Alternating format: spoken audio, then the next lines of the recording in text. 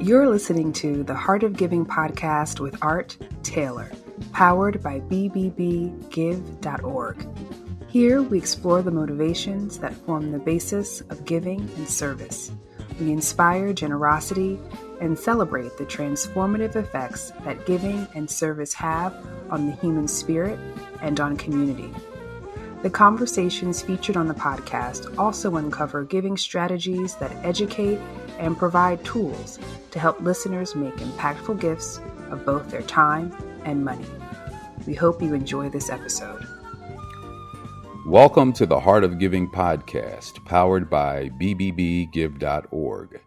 Give.org is the nation's standards-based charity evaluator, and it's your one-stop source for information on giving and reports on the most asked about charities. I'm Art Taylor. I go back a long way in my career. When I started work about 1,000 years ago, I didn't know what I wanted to do when I graduated college. When I graduated, I knew, but I certainly didn't know what I wanted to do when I entered college. I didn't have a lot of exposure to different professions. And in fact, the only thing that made sense to me entering college was that I could be a professional baseball player or professional basketball player. And we all know what long shots those careers are. And in fact, I was not talented enough to be a professional athlete. So I had to pick something else while I was in college. You have to major in something in college.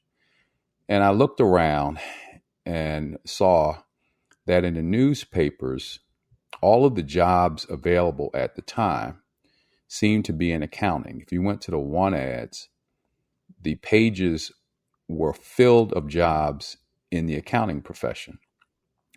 I didn't know anything about accounting, but I knew I had to have a job when I graduated. So I decided I would major in accounting. And lo and behold, after a lot of struggle getting through the program, which was a very rigorous program at my college, Franklin and Marshall College, I did graduate and was fortunate enough to get placed in one of the big 8 accounting firms. And it was quite an experience. I learned a lot. But I'll also say that those early days in public accounting were not, let's say, inclusive in light of how we try to describe jobs today. We think people should be included in all ways so that they can contribute as much as they're able to and people can feel fulfilled. Well, I entered my accounting job. I was one of 197 professionals in the Philadelphia office of this accounting firm. And I was the only black accountant out of 197 people. And when you enter a firm like that, they usually we had about 20 others starting with me at that time. Shortly after you get through a short orientation period, you're placed with a client and you start your career working on different client audits. While all my colleagues marched to get their jobs working with different clients, I sat in the office for about 2 months before I could get placed with a client. So all my other colleagues are out working on these audits, and I'm sitting in the office, as I mentioned, the only black, not getting an opportunity to actually learn a profession by working and contributing on an actual audit. And so I didn't know what was going on, but years later, I look back and I said, obviously, I don't know why I was there, because they certainly could have not hired me, but to hire me and then not give me a chance to work was pretty rough. Finally, I did get some opportunities after sort of sticking up for myself and asking what is going on here. But by the time I got those opportunities, it was too late because my colleagues were now ahead of me. I wasn't going to be able to progress as rapidly as them for sure. And my career as an accountant, at least with that firm, wasn't going to go anywhere. Fortunately for me, one of the things that I did do was get a chance to audit a nonprofit organization, Opportunities Industrialization Centers, that was founded by Black people. Later on, I was hired by that organization to be its CFO. And from there, my career in the nonprofit sector took off. But how many people actually get those kinds of opportunities? And more importantly, to go back to the origins of this story, where do young African Americans in particular, and now women too, get to experience careers that aren't plentiful around them? You see, many of my colleagues in the accounting profession knew others who were accountants. I didn't know anybody who was an accountant. I didn't know what accounting was. And where do young people learn to understand what these professions do, to get the experience they need to thrive, and even to get the exposure to know it might be something they're interested in? Well, we're going to talk about today's tech world, which is where a lot of the positions are. In fact, I just looked at a study by the Bureau of Labor Statistics, and it says that between 2020 and 2030, the number of jobs in tech will increase by about 13%. And the average wage in this field is about $94,000 compared to about $47,000 in all other jobs. So it's a well-paying job, and it's a job where there are plenty of opportunities. But yet we also know that it's also a field where Blacks are underrepresented. And it also seems that given that underrepresentation, a lot more needs to be done to make sure that they're able to fill these jobs. And with me today is someone who's actually working on that. Kimberly Bryant, the founder of Black Girls Code. And many of you may have heard about this. It's been getting a lot of attention in the media, as it should. And it's seen as one of the great interventions that can help us with this great dilemma. Many job opportunities, but we need more people to fill those jobs. And Kimberly is one of the people working on that. So we're going to talk with Kimberly about her career, what led her to do this, how she's faring, what are the real opportunities that we see here, and what can we all do to help. Kimberly, welcome to the Heart of Giving podcast. Thank you so much for having me. It's great to be here. So, Kimberly, you heard that long and arduous introduction. I wonder if you do see any parallels between my story and what may be going on now in the tech industry. Yes, I actually do see a lot of parallels. Also, I see parallels in terms of my own career journey, if you will, to becoming the founder of this nonprofit organization, Black Girls Code.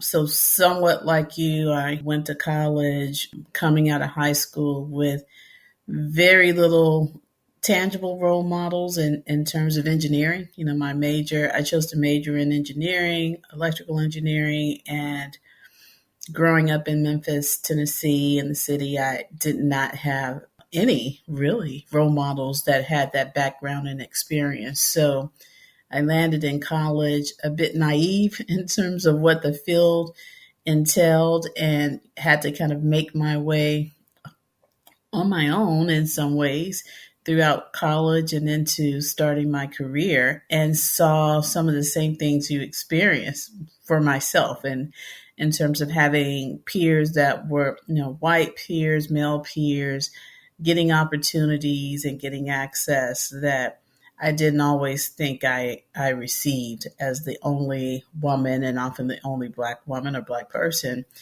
throughout many of the positions I held throughout my career. So if you fast forward to, and now look back, but fast forward at that time to 2010 when I was considering founding Black Girls Code, it was primarily because I knew that making pathways as a woman in the tech industry was a very difficult and challenging endeavor. And I saw my daughter going on that similar pathway. And I wanted to create an opportunity, not just for her, but also for other girls that were interested in engineering to find a community and to perhaps be able to help each other to navigate the culture and the cultural challenges and the, I want to say, the lack of democratization, if you will, of opportunity within the tech industry and within STEM in general that I experienced throughout my career. So it very much was I would say, a vision to create the future that I wanted to see for other Black women in the field. And that hopefully by really creating this robust pipeline, we would be able to, I would say, create safer spaces for Black women who were interested in beginning STEM careers. And I want them, hopefully, to alleviate some of the issues that both you and I had along our career journeys. Kimberly, I have to admit, my son is a software engineer for a pretty well-known social media platform. He and I talk often about the challenges in getting people of color, in particular, jobs in these organizations. It sometimes seems that in addition to the overall challenge in finding the right talent, there seem to be cultural barriers as well to understanding or to getting the incumbents to accept people of color. I don't know if you've seen any of that, but I'm trying to understand why, if you are a firm clearly needing talent, that you would be so cavalier about hiring people of color when they come to you seeking these opportunities. I think that's a great observation. And I would want to say, to answer your question, it's a phenomenon that's really built on this notion of pattern matching, if you will. So prior to, I consider myself a bit of an OG in the technology industry because, when I received my degree at the end of the 80s, that was the beginning, if you will, of this Web 2.0. Maybe it was even considered Web 1.0 at that time in the mid 80s. And the industry was just beginning, and there was some diversity there because the places that had been utilizing technology at this type, software technology at that time, were coming out of governmental industries. So there were some women involved as the earliest computer scientists. There were some people of color. As the industry transitioned into the Web 2.0 in the 90s, late 90s, and the early 2000s, the industry started to change. So it became very white male dominated. And so there's the pattern of the Mark Zuckerberg or the Bill Gates, what a computer scientist looks like, this typical nerdy white male imagery that has really predominantly been the gist of this industry for the last several decades. So now we talk about a new generation of diverse coders from various traditionally marginalized communities trying to enter this industry, and they don't look the same as the folks that have been there before. And I think what your son describes and what I see in my work as well is that it's difficult to now teach folks to look beyond their innate biases of what a successful computer scientist and innovator looks like and how they present themselves. And even I would take it even further, as we see with the young people we work with often, how they learn, how they navigate culture and bring that culture into the work that they do and the things that interest them from a creative standpoint. And I think that is something that is a challenge we probably won't overcome until we have more of us in place. And so that's why it's sort of like the chicken or the egg phenomenon when we talk about these issues. It's like, yes, we need to get more people in place that come from diverse communities. And yes, most likely, these places that we're seeking them to open up opportunities within may not be ready to receive them until there are more of us in position. So there's a very, very deeply rooted systemic biases that we are facing and trying to overcome just to get more of us into the industry. Well, what would you say is the opportunity here? I mentioned some statistics early on about the job shortage. What are we really talking about in terms of opportunity?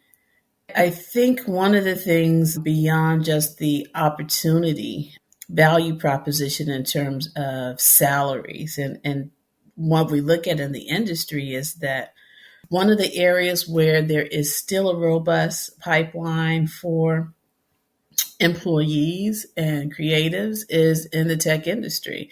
There's supposed to be 1.4 million jobs just in the US alone, 1.4 million jobs available to folks that have a computer science degree or computer science background within the next several decades. And that is continuing to increase exponentially as more and more of our industries really adopt technology as the foundation of how they work. And I often say it's very difficult for me to think an industry or industry vertical that doesn't rely heavily on technology today.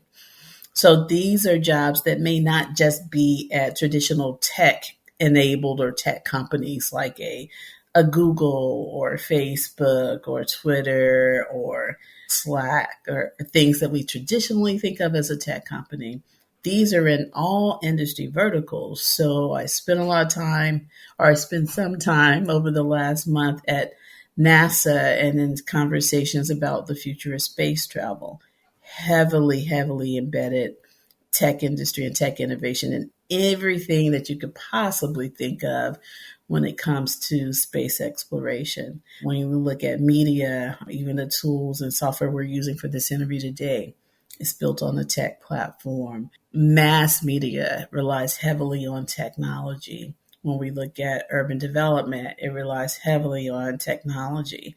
So every single industry has technology as a foundational tool. So it's important if we want to build opportunity for this next generation of Black and Brown students.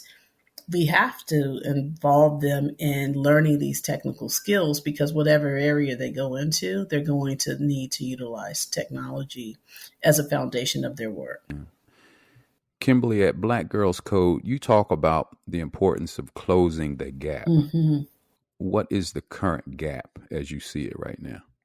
So when I talk about the gap, I talk about this technology gap. So when we look at teaching girls to code or I won't even say teaching students in the next generation about technology, there's several pieces to this gap, if you will, that I would say prior to the pandemic, perhaps we all thought that gap was very much so narrowing. I think the pandemic showed us that it is not, because there's so many students and learners across the US who were disconnected, that did not have broadband access, were not able to do learning virtually, remotely. We saw folks that were not able to contact and take advantage of all of the new telemedicine opportunities during the pandemic when people could not get into a doctor's office.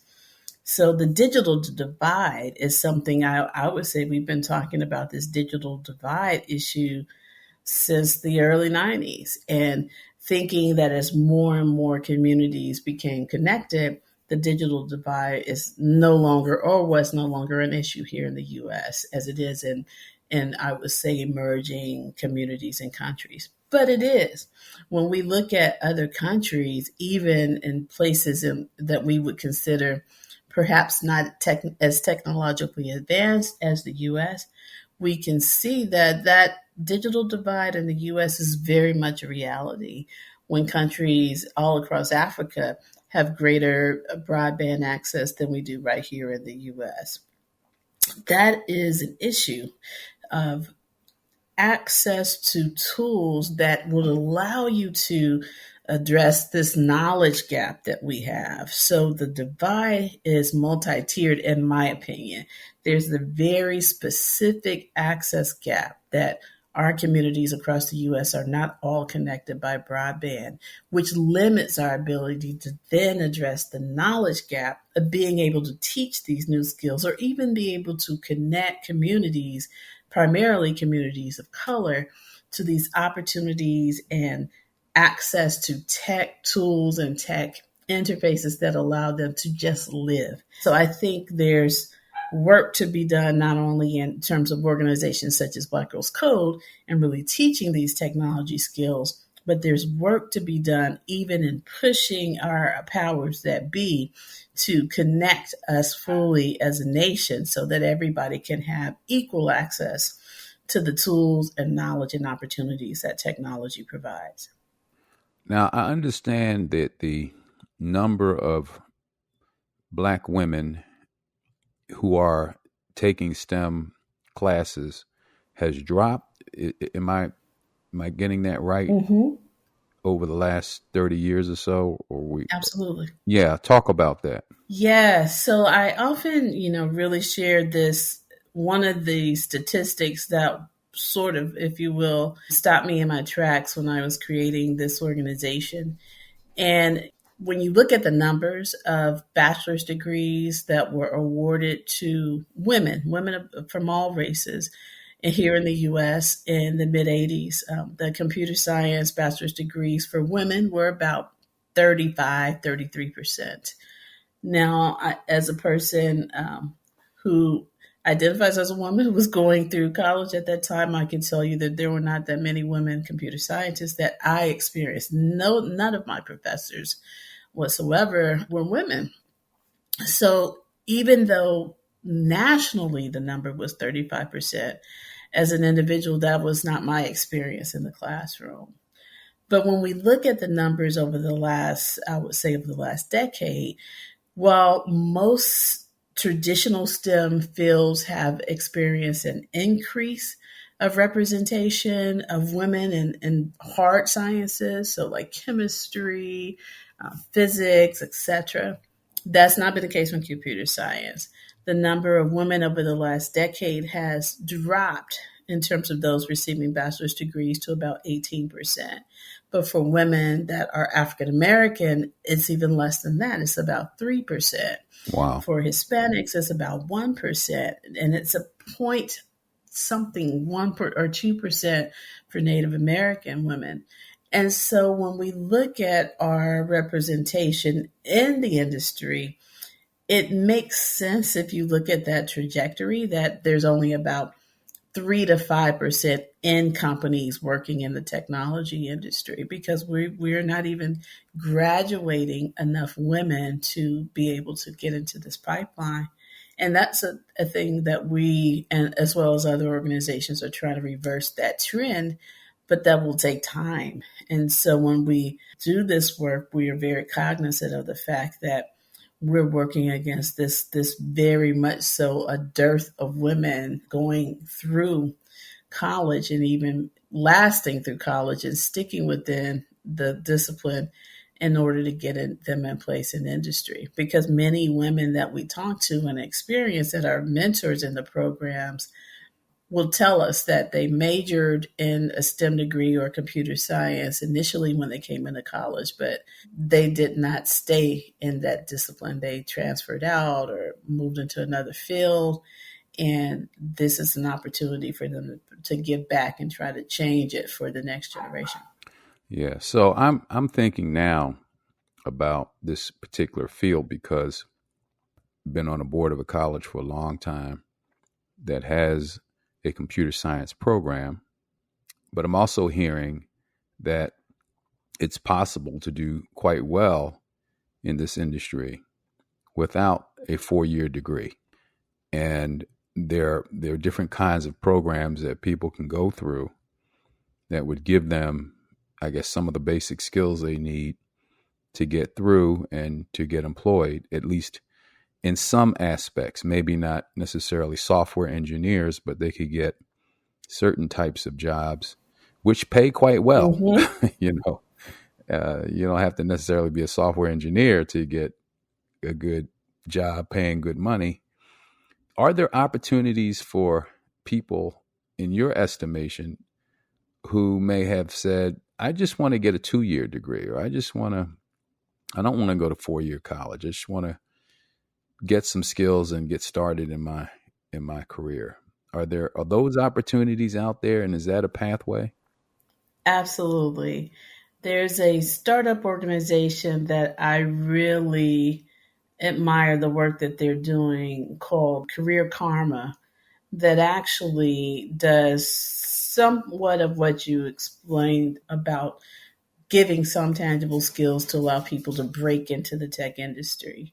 And they even work specifically with folks that are skilling up or retraining that may be in another career right now and don't have, I would say, the luxury of stopping and going back to school to get another college degree. And they're able to connect them into these tech boot camps and tech training classes that allow them to reskill the areas that they're interested in and move into some of the areas like database management. So I want parents to hear this, and I want students especially to hear it, because there are real opportunities to earn real money in an industry that desperately needs you. And so you need to figure out how to connect with some organizations. Now, Kimberly, let's talk about Black Girls Code. You started this organization because of this need that we just talked about. How is it going? How did you get it started, and how is it going? So I founded the organization back in 2011. We started as a very small pilot program here in the Bay Area with a class of about 10 to 12 girls. And from that pilot program in 2011, we formally created the organization in 2012. And the organization quickly expanded into a chapter based model. So we currently have about 15 chapters in the US, multiple chapters in some states. So Dallas chapter, Houston chapter, but then we also have Miami, Florida, New York City. We have a DC, Seattle, Washington here in the West Coast, Los Angeles, Bay Area, Atlanta, Georgia. I always miss Detroit, Chicago. And soon a chapter opening in Charlotte, North Carolina, but one currently in Raleigh, Durham, North Carolina now as well, and one in Boston. So I think I got all of them. I probably really missed one. And there's also a chapter internationally in Johannesburg. So one of the things that we're able to do and what we learned quite early is really leverage the power of volunteers in those various cities to help us execute and run the programs from throughout the year. So the programs can be anything from a summer camp to a weekend workshop to a career panel. It could be a field trip. It could be a visit from someone within the tech field, such as like someone that's doing something in tech, like athlete, but she does work in tech, like Serena Williams or other executives that come in and talk to our students. But these activities, both enrichment as well as technical training opportunities, happen throughout the year from January to December. And they happen ongoing in all these various cities and locations. We also in 2020 switched to virtual programming as well. So there's opportunity now for students wherever they may be located. They don't have to be in a chapter city to tap into some of these classes and even do some of the summer training camps online, which has allowed us to expand our reach even further.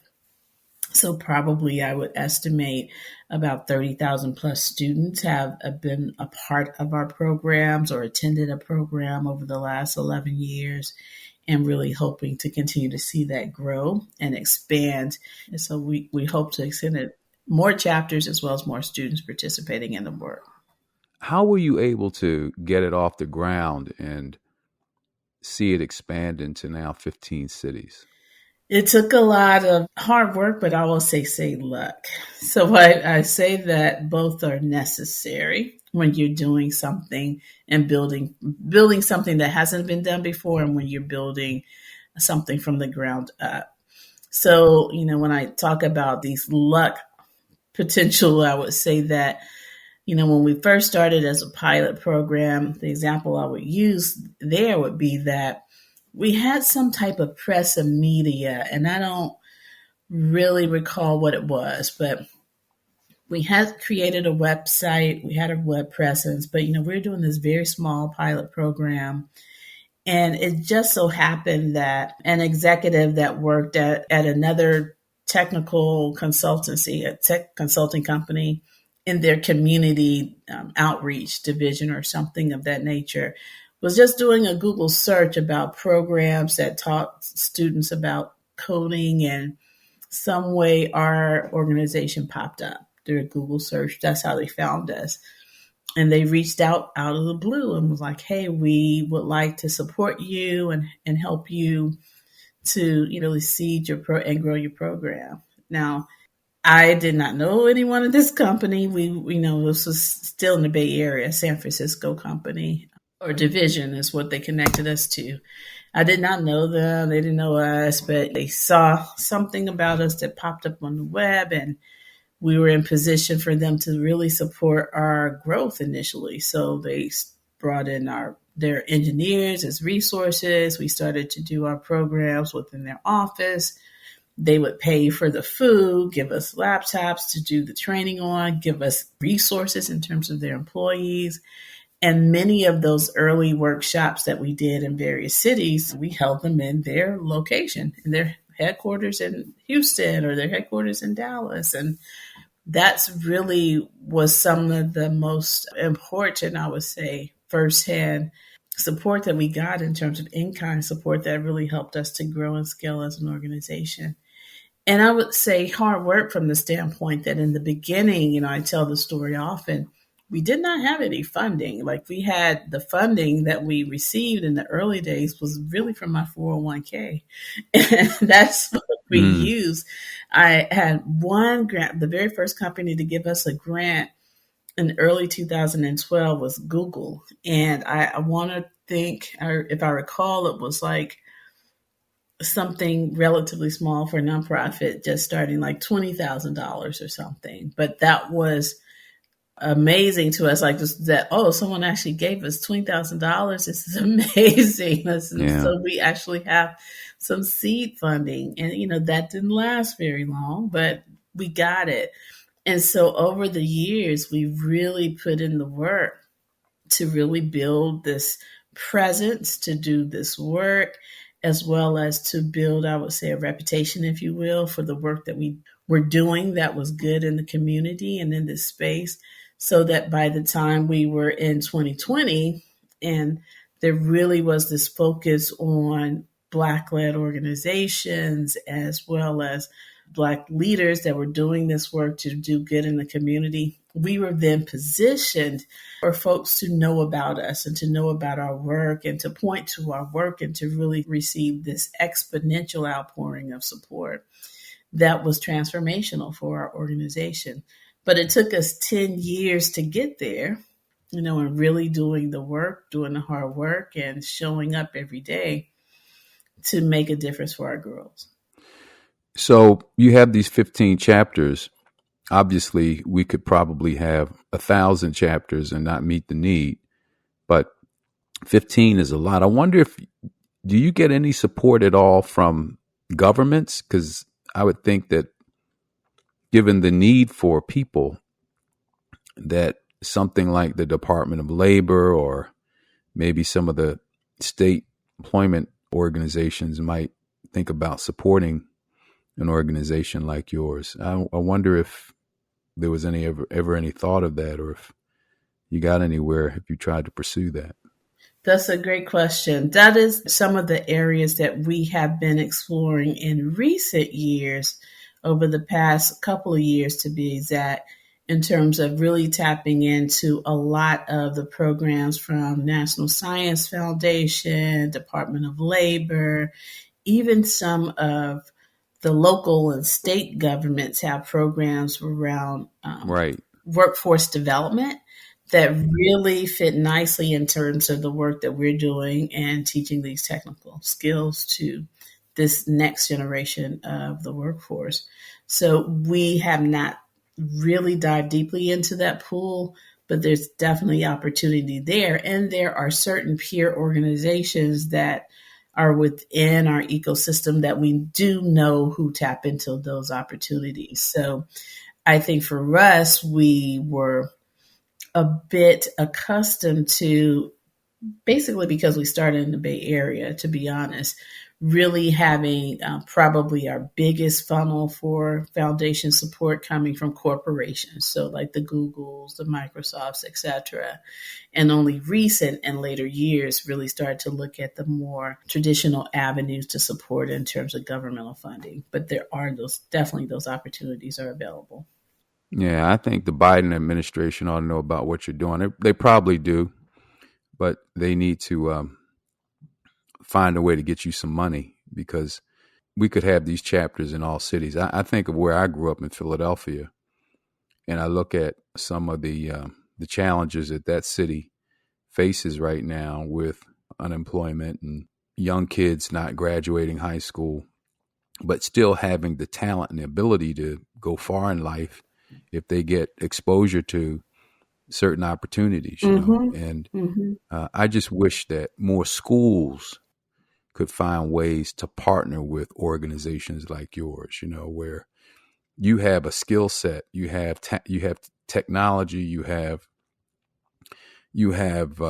the experienced volunteers who are willing to work with kids.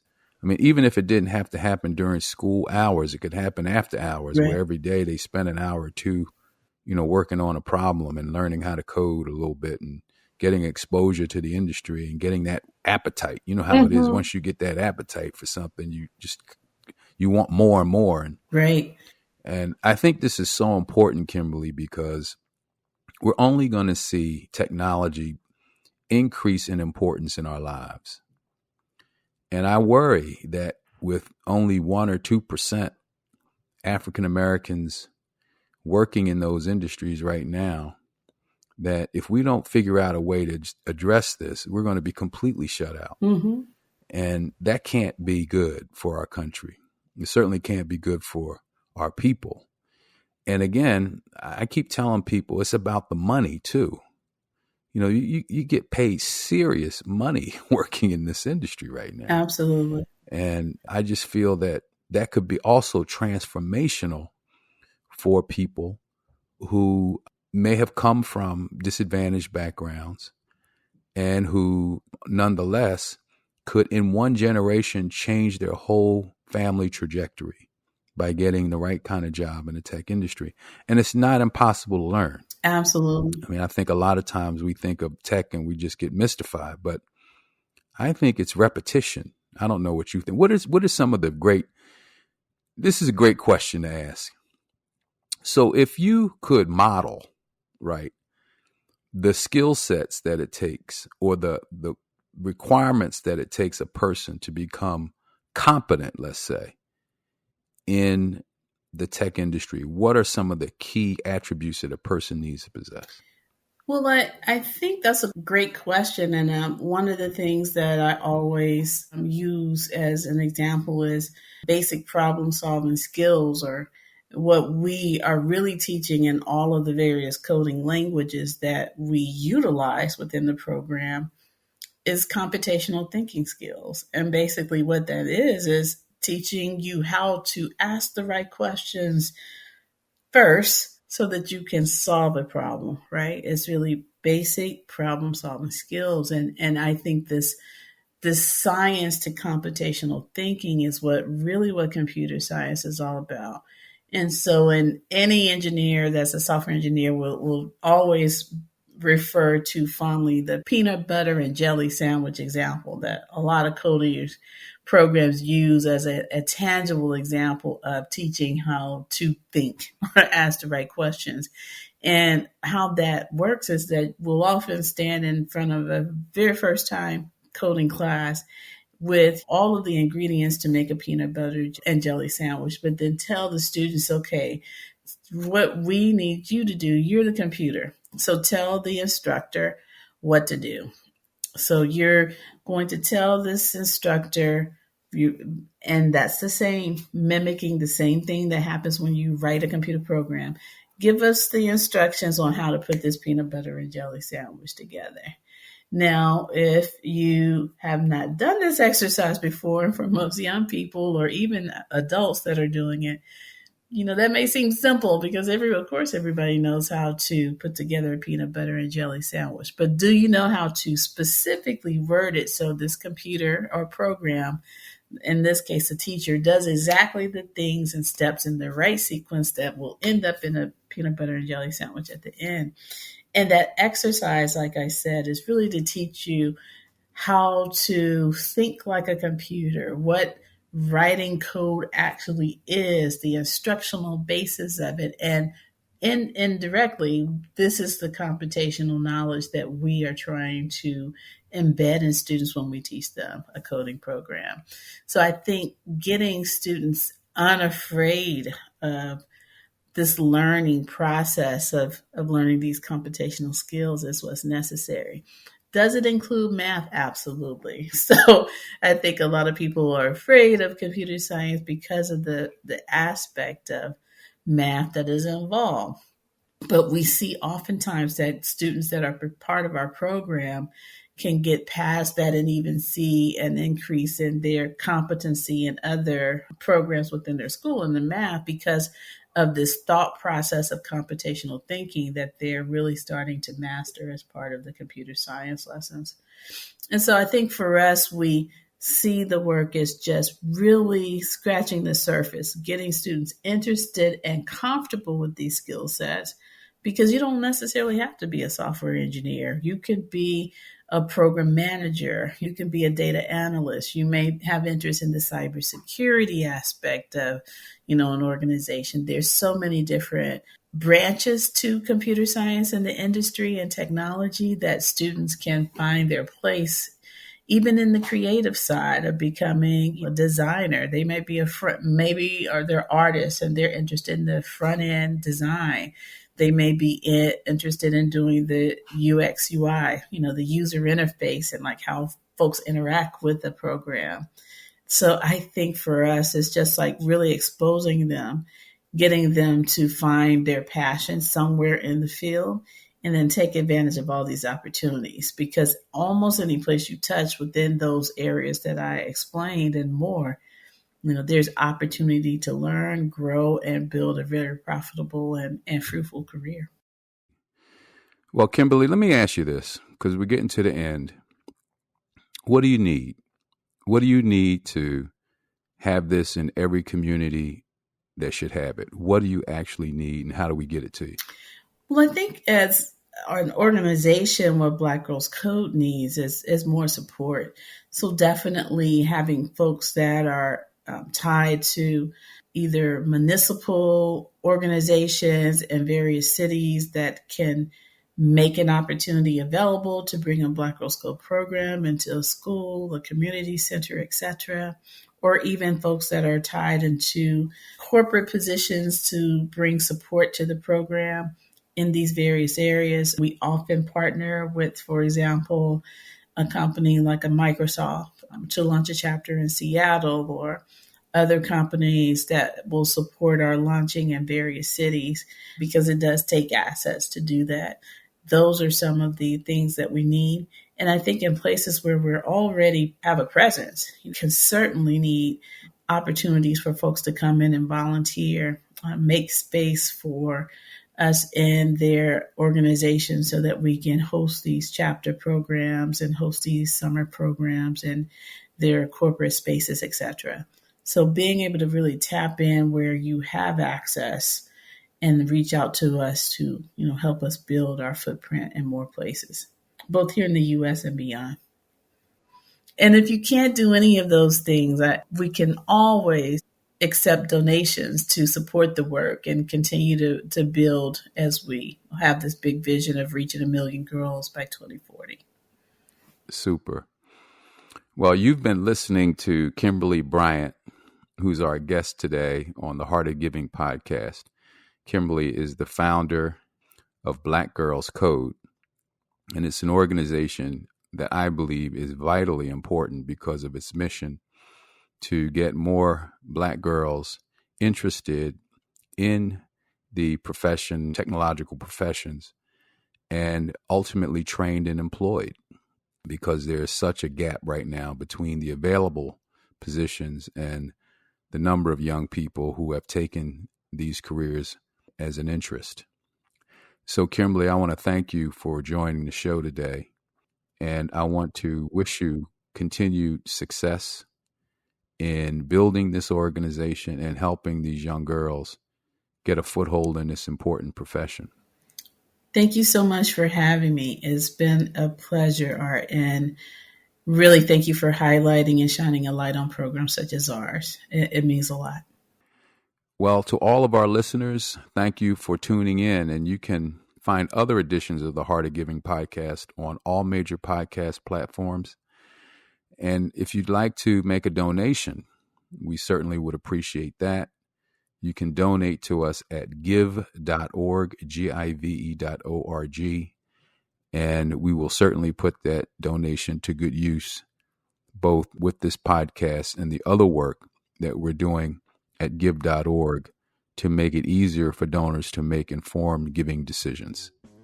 Thank you for listening. You've just listened to the Heart of Giving podcast with Art Taylor. Be sure to tune in next time for a brand new episode. To listen to our other interviews, visit heartgiving.podbean.com. That's heartgiving.podbean.com.